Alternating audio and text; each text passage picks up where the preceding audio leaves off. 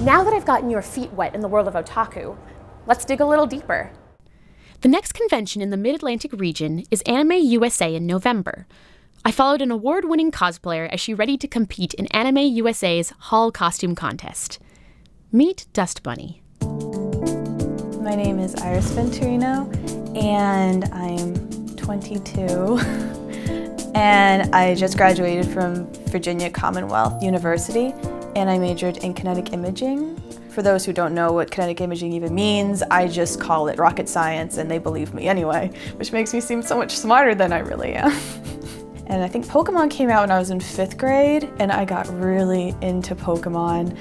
And that was actually my first costume I ever did, was Misty from Pokemon. People go to conventions and they wear costumes, and because I was a big fan of Halloween, to me it was like, costumes more than once a year? I'll totally go into that. And because it was the shows that I loved and I wanted to kind of recreate and make it into like real as opposed to just imagining it, it just made it more, just kind of fed my obsession more than anything else. I put all my creativity and all my extra time into making costumes. This is Kokoro from Dead or Alive, which is like a video game. And this is one of the first costumes I did where it was like, I want to win an award, damn it. So I needed to pick a costume that was actually complex in some form, and I was like, this will win something. And this actually won a judge's award for painting and everything. And I look at it now and I'm like, this ain't so great, but I guess I did it like 2 years ago, it was. But I think the big thing that I loved about this piece was just because all this, all the gradations that come like from here and the co-op and everything, that was all me. It wasn't the fabric. I actually did that myself, and people actually send me messages now asking me, well, how'd you do that? And that was like the biggest deal I think that I did, because it's all acrylic paint and you can't even tell. You think it's real dye, but it's not. It's paint, because it's cheap. But this is the closet that I have occupied as my own closet, even though it's the guest room closet. So I'm pretty sure it scares the guests when they stay. So up here is all the wigs and masks and hats and umbrellas and swords and stuff. So yeah, this is one costume in a bag. I normally will keep my costumes all in one bag, like if it's gonna be used for a future convention, like within a couple months or something, just so I have all the pieces, because one of the biggest stresses that anyone ever has at convention, or before a convention, is, do I have everything? Because if you don't have all the pieces, it doesn't make any sense. Like I've had friends who forgot wigs and had to drive like an hour or two back home because they didn't have the wig. And that's one of the most important pieces to a whole costume, or else it doesn't make any sense. So I actually need to find the teeth that go with this costume, because I don't know where they are. It's like, I don't know, it's just a way to have fun. Like some people go to clubs, I go to conventions. I tried going to a club, it didn't go so well. People are weirdos there. And people think that I'm a weirdo, but I personally think clubbers are kind of weird. I don't like the smell of smoke either, so convention is smoke-free. I think wigs is one of the things I have the most of. It's kind of, to me, going like, well, I did do something with this wig at one point. So I have at least 40, I think, at least. So it's like different colors, different cuts, different styles, different colors. Just, I mean, it's kind of ridiculous how much money I've spent on wigs.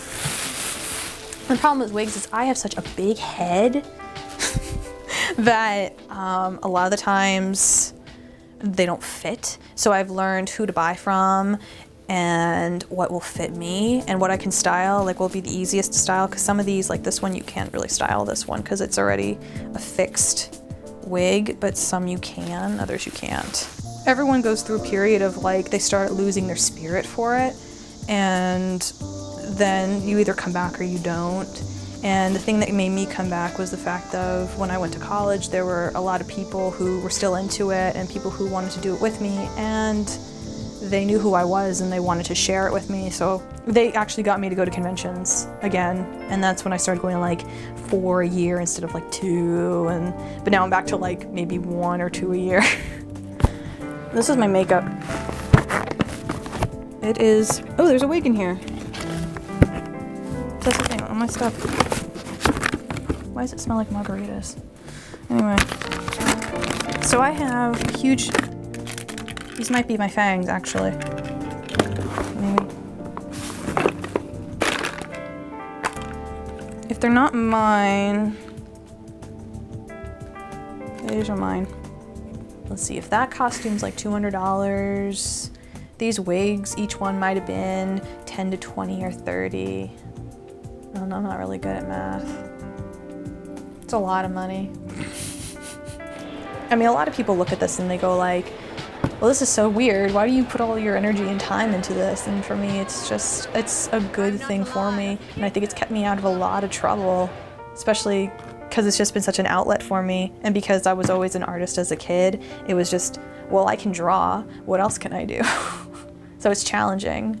And there's always a challenge. Costume making's always been a challenge. No matter what costume you're doing, there's always something you can learn that you didn't know you could do before. So like, one costume I've done, it's like, oh, I have to learn how to paint this kind of thing. Another costume, it's like, well, I need to learn how to draft. Another costume, it's like, I have to learn how to style a wig. I have to learn how to dye a wig. I don't know how to dye a wig. How do I dye a wig?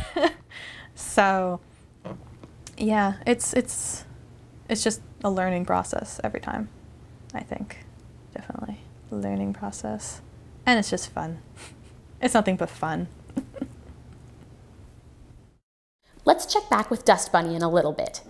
As I said earlier, most otaku grow and shape their fandom in online communities. I met up with Lauren, a blogger, who authors otakujournalist.com. Lauren also writes for Japanator, volunteers as staff for Anime USA, and has a master's degree in journalism and public policy. I spoke with her about her background and her observations on otaku fandom. This shift happened when I was in college, and I decided I wanted to be a journalist. I mean, before I just loved to write. I was in a class where we were writing more creative nonfiction, and I realized that Katsucon was coming up. And what if I did my project about the people of Katsucon? I mean, I've done journalistic stories about people who attend horse shows, or people who go to a certain restaurant and what they think of it.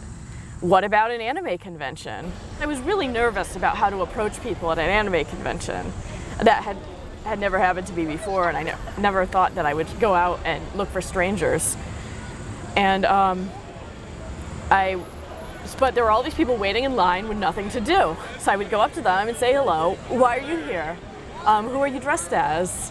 And how many anime conventions do you go to? And people had such fascinating answers. And I realized how outsiders don't see this at all. I mean, maybe with the big conventions like Comic-Con and Otakon, they see a bunch of people in costume, but they don't know why they're there or what's going on. Maybe it looks like Halloween to them. And I thought I wanted to tell their stories. What I think is fascinating about fandom is the community we create while we're at conventions.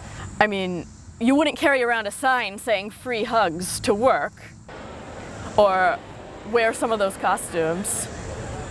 I am really passionate about the fans themselves, and I'm not sure why. I think it's because they're so genuine.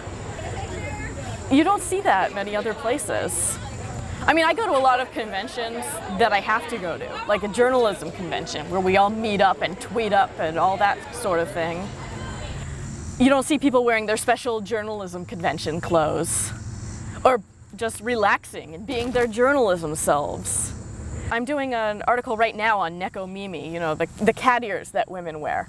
Why do we like those? Why are those such a big part of anime? I mean, do they go back to mythology? Is it that they tap into our animal instincts? I mean, these are things that most anime fans don't ask themselves, but I'm sure they'd want to know. It was really starting a blog that changed my outlook on fandom for me and opened up a lot of doors to me, because there aren't a lot of people, there are a lot of anime fans, but there aren't a lot of people who care to go beyond that, even to go to conventions, or to run conventions, or to do press, or to do panels. And once you start talking to those people, you start realizing what it really is to just adore fandom, to be a fan of the fandom, perhaps. People who want it to grow and want to contribute to it and want to study it and give it mainstream status. Getting involved with those people has really shown me that being part of the fandom is about being completely passionate about what you're doing. I agree with Lauren. In my own experience doing this documentary, one of the main adjectives I would use to describe otaku fandom is passionate. And as Lauren and I spoke, we also hit on something that I'd never really considered before. Serious cosplayers are like historical reenactors in a sense. My background is in theater and costuming design. But becoming a character on stage is very different from cosplay because actors don't usually interact with their audiences. Cosplayers do. Not to say that all cosplay is acting, but it's certainly more 3D in a sense. It's like the way Civil War reenactors become a persona and live that out. Some cosplayers take their characters that seriously. They become and act like that character. Furries, people who wear fursuits, won't talk to you when they're wearing their suit. Many become that animal or character embodied by that suit. It's fascinating. For many otaku, one of the ways they stay connected between conventions is by joining an anime club. In Washington, D.C., the DC Anime Club meets regularly in the basement of the Martin Luther King Jr. Memorial Library. Anime clubs are like mini conventions in a way. They provide fans a place to gather and share their interests. Some clubs will even bring in guest speakers and presenters. In 2010, the DC Anime Club hosted a martial arts demonstration by the Jedi Guardians, a lightsaber dueling group that gives back to the community by supporting charity events, community functions, and fundraisers in the Washington, D.C. metropolitan area. Let's take a look. Basically, this is like one of our club meetings, and this is like also our event for Star Wars. Today in our event is the martial arts demonstration by Jedi Guardians. They're a group of Guardians who actually dress up as Star Wars characters and whatnot, and they just do a lot of real life, they're like stuntmen. They do like a lot of fighting and martial arts and whatnot. The Jedi Guardians are a non-profit science fiction reenactment group. Of course, we do the Star Wars stuff, but I leave it that way because we never know what we'll get into. You never know, you might see a Klingon duel one day. But right now, we like the Jedi versus Sith kind of a theme.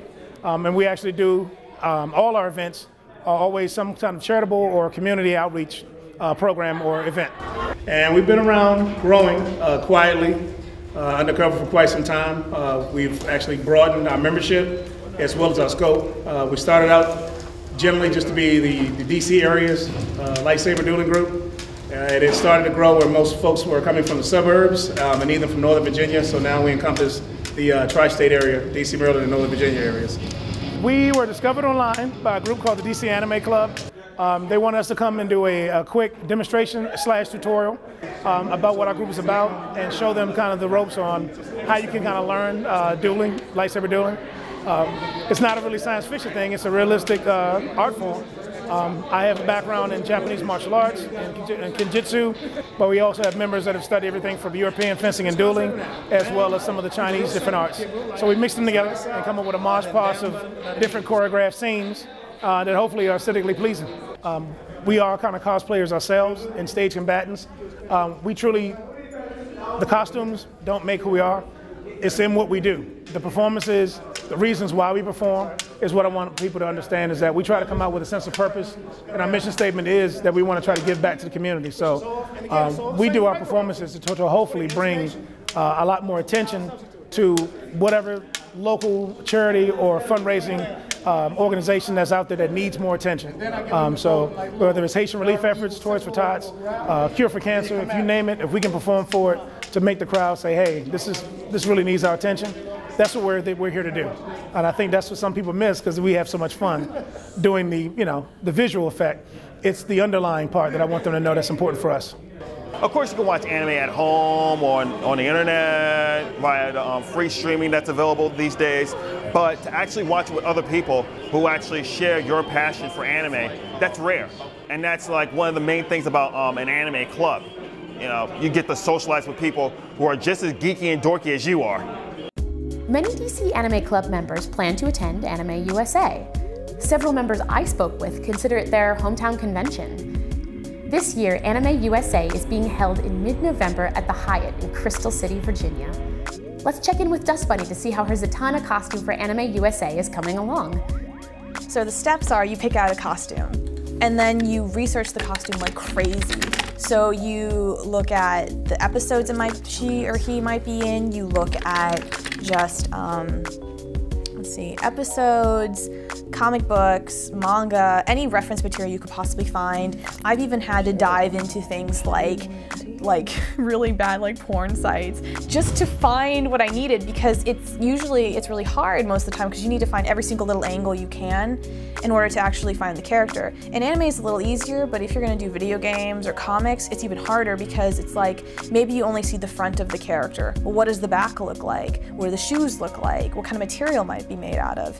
So it's like, I mean, I've had to go to sites where it's like I need to find what the back looks like just because I know the back has detail and I know it's important, so it's like I gotta go search for it.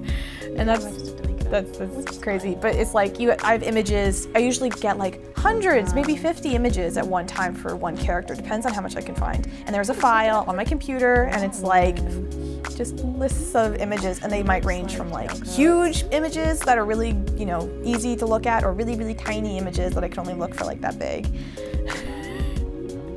One of the big things you have to learn is you have to learn, okay, well, should I make this piece and there's different pieces normally, or should I buy them? So for Zatanna, it's a structured short jacket with tailcoat. So it's like, well, how about I just buy part of the jacket and then I make the rest of it? And that way it's a little easier and just a little bit easier budget, and just I don't have to put much time investing in it and stuff like that. All right, now I'm trying to make it so each one, this side and then this one, has its own tail that goes maybe to here. I just have to make sure that it looks structured enough and it looks pretty, they have to look really similar. Sometimes you have to go out and you have to buy patterns, other times you can make your own. But making your own is it's like a trial and error, really. For me, the easiest thing to do was actually just to buy a mannequin, which is what my mom got for me, and they're pretty expensive, but it was really well worth it because it just saved me so much time, and that way I knew this would fit, or at least it would be close to fitting, and I could tailor it to fit better. The thing is, I don't know whether I want them going straight down, or I want them to kind of curve a little bit, or I'm not really sure yet. So I think I'm gonna make the fake ones, see how much I like them, and then go from there. So I actually believe I might have gotten too much fabric, which I always do. I always get too much, not on purpose, but I think just subconsciously, but at the same time, I feel like I do it on purpose.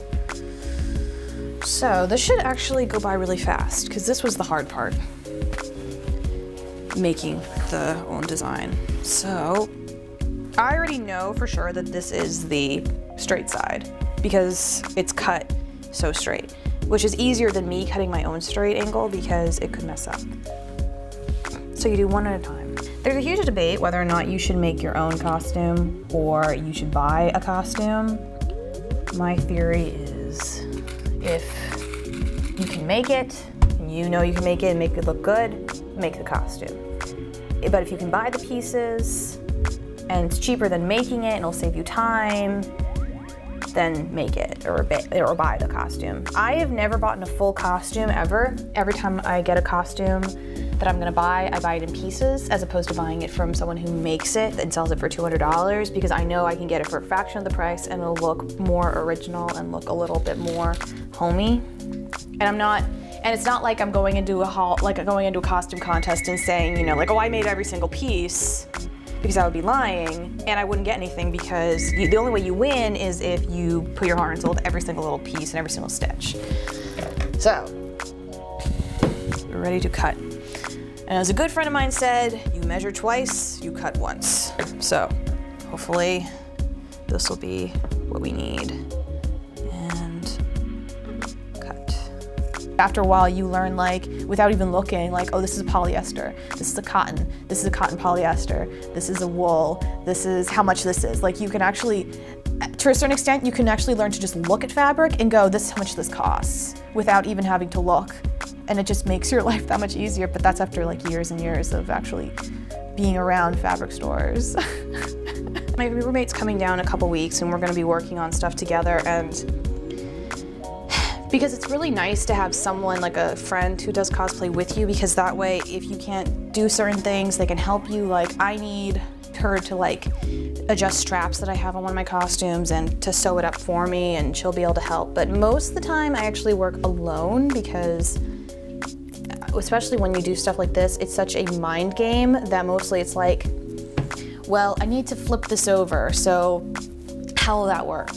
Or will it fit? Or should I use a different like thread? Should I use this? Should I do that? So it's a very mental thing, because you're in your head your whole time.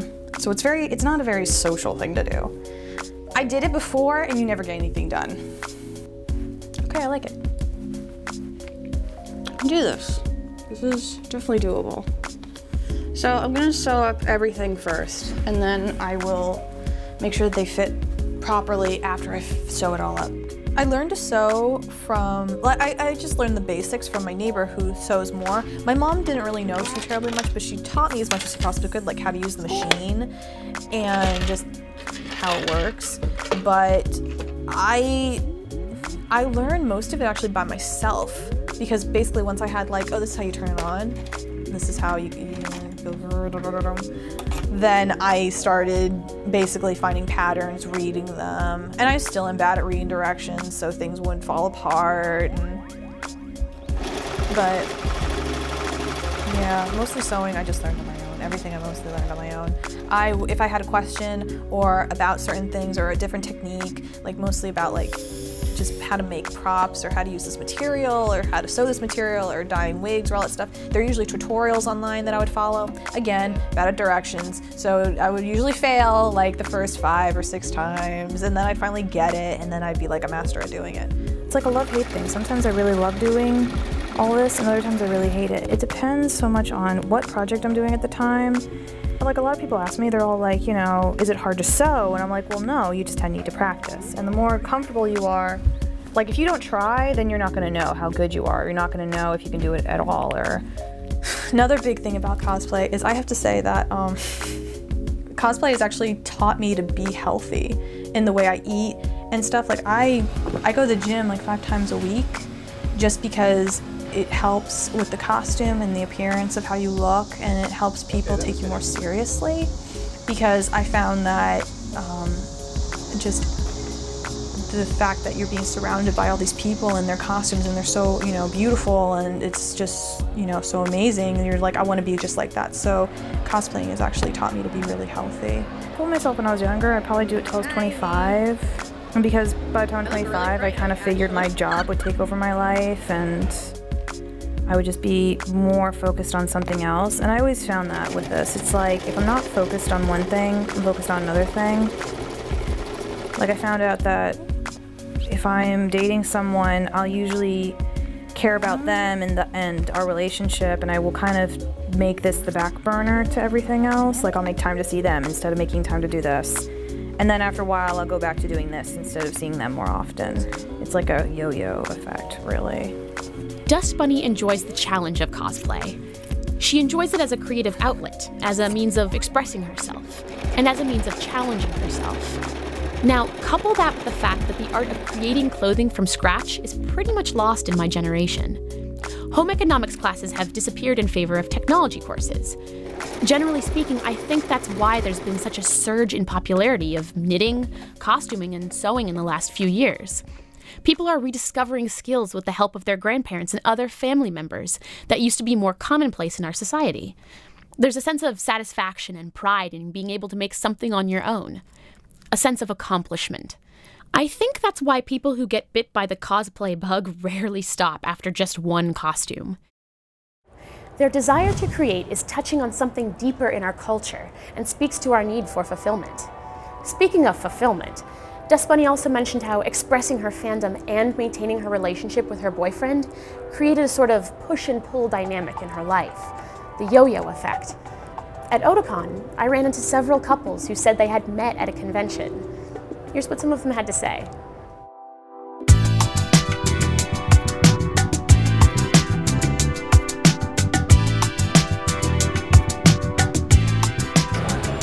Did you meet each other at a convention? Actually, we met each other at Anime Boston 2007. You're kidding! Oh, wait, how did you meet? We met 2004. We never really hit anything off. Then a couple years later, we re-met at 2007, and that's it's been so 3 years. sweet. So, Oh, wow. No, 2.5. 2 and 3 months. 2.5, yeah. Oh, good for you guys. So when you went to the convention, were you looking for anything, or did you just sort of happen to find each other?